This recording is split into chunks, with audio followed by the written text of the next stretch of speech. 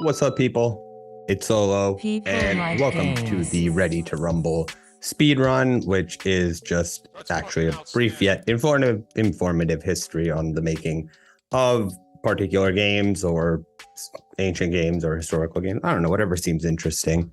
It's been a minute since you've seen me here on camera because I was doing the robot thing, but that takes like a couple of minutes to do. So I was feeling a little lazy, and I was like, why not start introducing myself and being more personable in these videos so you can sort of see who I am and why I make these videos, or whether you like them or not, doesn't matter.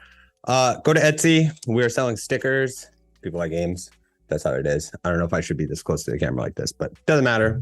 Now, without doing much further, as always, brought to you by People Like Games.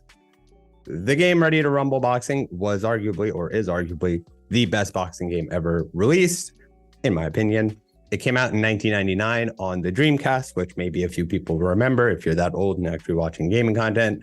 And it was made by Midway, which was a company that sort of primarily dealt in arcade games and adapting popular arcade games to home. And then finally, they decided to bring or make their first ever console game. And so this was going to be it. According to the designer, Emmanuel Valdez, they actually thought that the boxing market was super untapped. And so they wanted to create a sort of modern day version of Mike Tyson Punch-Out, which you'll see that video here on the screen. So that will sort of explain what that is. And they knew the fighting style, the personality, and the characters would sort of make it stand out in the sort of gaming sphere and amongst fans. And with the particular focus on, let me see here, they had it as sports enthusiasts and hardcore fighting game fans. I don't know if those overlap per se, but if they do, I guess they didn't really, because it didn't really get that much of a foothold over time.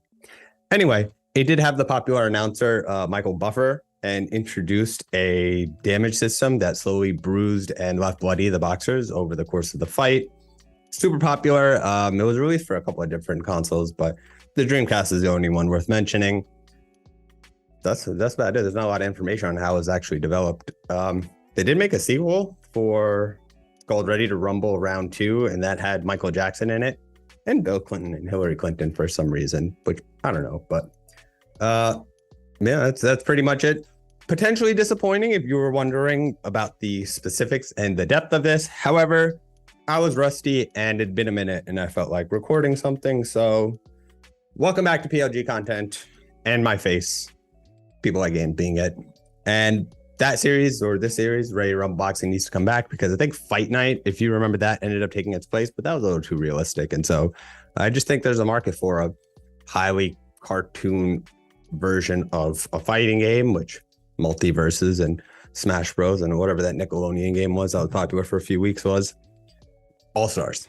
There we go. Otherwise, I'll be back. We have the Marvel vs. Capcom 2 story mode coming out, which will be like a longer version than what you're seeing here, which might just be sort of a ramble. An excuse for me to come back. Might be doing a new show weekly. We'll see. But beyond that, I don't got too much to add. I'll be back. Thank you for watching as always. Peace.